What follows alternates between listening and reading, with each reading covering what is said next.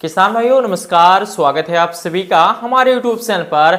आज के इस वीडियो में हम आप सभी को गेहूं में पहली सिंचाई पर पहली यूरिया के साथ और कौन सी खाद को हमें ऐड करना है जिससे गेहूं की फसल में हमें 100% रिजल्ट देखने को मिले। अब यूरिया आप पहली सिंचाई पर डाल तो दोगे, लेकिन उसका जो फायदा है लगभग 70% देखने को मिलेगा। अगर आपको 100% फायदा चाहिए तो 30% और जो खाद बची है, मतलब जिसकी हमारी गेहूं में पहली सिंचाई पहली यूरिया के समय ज्यादा जरूरत है, उसे हमें डालना होगा। कौन सी खाद है सिर्फ थोड़े से खर्चे में आएगी, आज के इस वीडियो में बताएंगे। क्योंकि जब पहली सिंचाई के बाद पहली यूरिया का जो समय होता है, यहीं से आपके पैदावार पे सीधा असर पड़ता है। किसान भाई, यहां पर आपने छोटी सी गलती कर दी तो आप चाहे कितनी बड़ी अच्छी वैरायटी का चयन किए हैं, कितनी अच्छी से खेत में बुआई किए हैं, कितनी बढ़िया आप सिंचाई करते हैं, कितनी बढ़िया देखरेख करते हैं, कोई फर्क नहीं पड़ेगा। क्योंकि जो आपको, मान लीजिए आपको अगर भोजन ही नहीं मिलेगा तो आप कोई कैसे कार्य कर पाओगे। वैसे ही हमारी गेहूं की फसल के अंदर होता है। अगर हमारी गेहूं की फसल के अंदर उसमें पोषक तत्व ही नहीं रहेंगे जिनकी उन्हें आवश्यकता है, क्योंकि अब पहली सिंचाई के बाद में उसमें कितने कार्य होने हैं मैं आपको एक एक गिनाता हूं। सबसे पहले जब आप पहली सिंचाई करते हो तो पौधे की जड़ों का विकास होना शुरू होता है। अब जड़ों का विकास होगा तो वहीं से कल्लों का फुटाव भी हो जाएगा। अब जब जड़ों का विकास हो गया तो जड़ें उसमें पोषक तत्व एब्जॉर्ब करेंगी, जो भी उनकी जड़ें हैं, तो उससे पौधे के अंदर जब पोषक तत्व आएगा तो उसकी ग्रोथ भी बढ़ेगी। ग्रोथ बढ़ी तो उसमें हरापन भी आएगा, उसके अंदर पौधा मोटा होगा, तना मजबूत होगा। मतलब इतने सारे कार्य होते हैं पहली सिंचाई से ही। तो किसान भाई, हम पहली सिंचाई पर सिर्फ यूरिया के सहारे बैठ सकते हैं? बिल्कुल भी नहीं। उसके साथ में मैं आपको आज के इस वीडियो में ऐसी खाद बताऊंगा जिसे आप गेहूं की फसल में डाल देते हो तो चौंकाने वाले रिजल्ट देखने को मिलेंगे। पूरा गांव इस बार आपसे पूछेगा क्या डाला है, ऐसी कौन सी खाद का प्रयोग कर लिया कि गेहूं तो पागल हो गया है।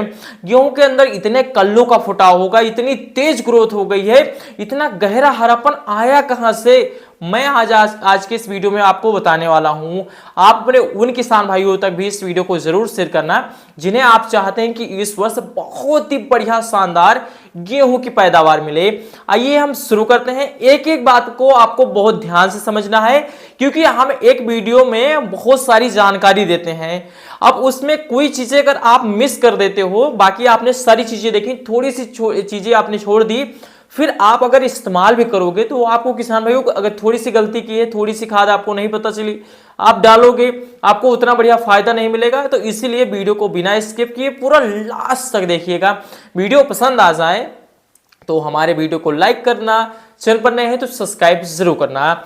आइए हम शुरू करते हैं। किसान भाई, सबसे पहले हम बात करते हैं गेहूं की सिंचाई कब करनी है, क्योंकि ये यहां से ही सीधा असर पड़ता है। पहली सिंचाई 21 से लेकर 25 दिन के अंदर करनी है। ये जो 4-5 दिनों का समय है बहुत ही अनुकूल होता है गेहूं की पहली सिंचाई के लिए।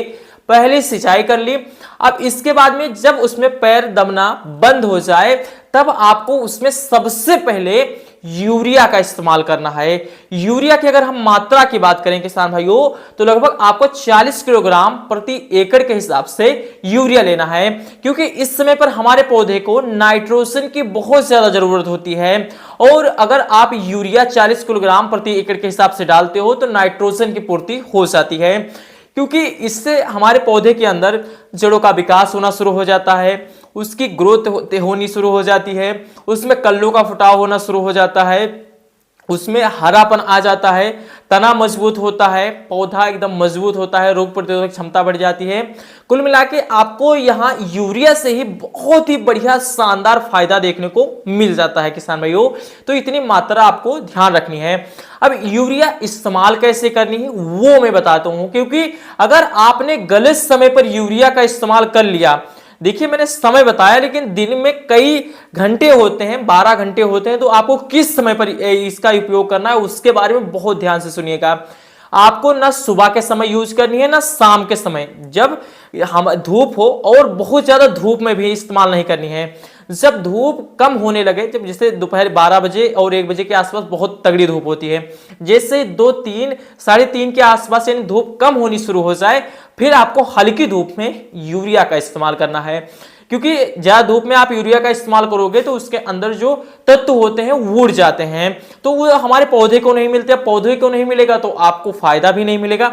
ठीक, इतना आपको ध्यान जरूर रखना है कि आपको यूरिया कब इस्तेमाल करनी है, कितनी मात्रा में इस्तेमाल करनी है, ये आपको जानकारी हो गई।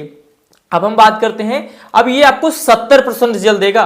किसान भाइयों, मैं आपको यहां पर कंफर्म बात बता दूं कि यहां पर कई किसान भाइयों को बढ़िया शानदार रिजल्ट देखने को मिल जाता है। अब कई किसानों को 2-4-10 दिन बाद उसके खेत के अंदर दिखेंगे रोग आना, मतलब कुल मिला के ऐसा आपको दिखेगा जैसे फसल बैठने लगी है, कहीं कहीं पर पीलापन आ जाएगा, तो उसमें कल्लों का फुटाव नहीं होगा, ग्रोथ नहीं होगी। तो ऐसी स्थिति अगर आए या आपको मान लीजिए 70% फायदा दिख रहा है, आप 100% एकदम चौंकाने वाला रिजल्ट लेना चाहते हैं, तो आप यूरिया के साथ में ह्यूमिक एसिड मिक्स कर लीजिए। किसान भाइयों, आप ह्यूमिक एसिड मिक्स कर लीजिए, और या फिर आप इसके जगह पर जिंक का इस्तेमाल कर सकते हैं। देखिए, अगर आप इसका इस्तेमाल करते हैं 90, आप लगभग 98% वाला लेना है दानेदार आपको ह्यूमिक एसिड।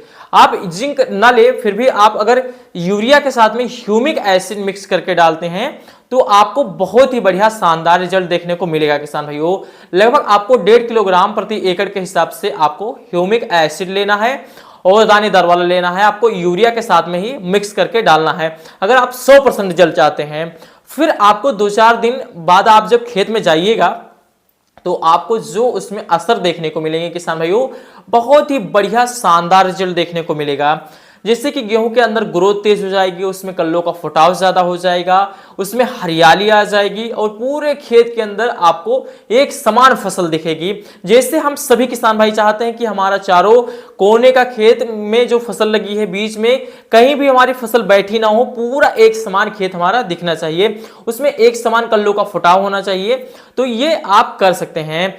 इसके साथ में अगर आपको और बढ़िया शानदार रिजल्ट चाहिए, देखिए ये काफी बढ़िया रिजल्ट दे देगा। अगर आप ह्यूमिक एसिड नहीं मिक्स करना चाहते तो आप इसकी जगह पर 1 किलो यूरिया ले लीजिएगा और उसके साथ में आप 33% जिंक ले लीजिएगा 500 ग्राम, और उसके साथ में आप फेरस सल्फेट लीजिएगा।